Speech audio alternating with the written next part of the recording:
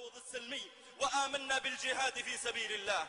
يا رجالات غزة علمونا بعض ما عندكم فنحن نسينا، علمونا بأن نكون رجالا فلدينا الرجال صاروا عجينا. يا رجالات غزة لا تبالوا بأذاعاتنا ولا تسمعونا، جاهدوا واضربوا بكل قواكم واحزموا أمركم ولا تسألونا. نحن أتباع مجلس الأمن والعدل فخوضوا جهادكم واتركونا، إننا الهاربون من خدمة الجيش فهاتوا حبالكم واشنقونا. نحن موتى لا يملكون ضريحا ويتامى لا يملكون عيونا. يا رجالات غزة لا تعودوا لكتاباتنا ولا تقرؤونا، نحن إخوانكم فلا تشبهونا، نحن أصنامكم فلا تعبدونا. نتعاطى المخدر السياسية والقمع ونبني مقابرا وسجونا. حررونا من عقدة الخوف فينا واطردوا من رؤوسنا الأفيونا. أمطرونا بطولة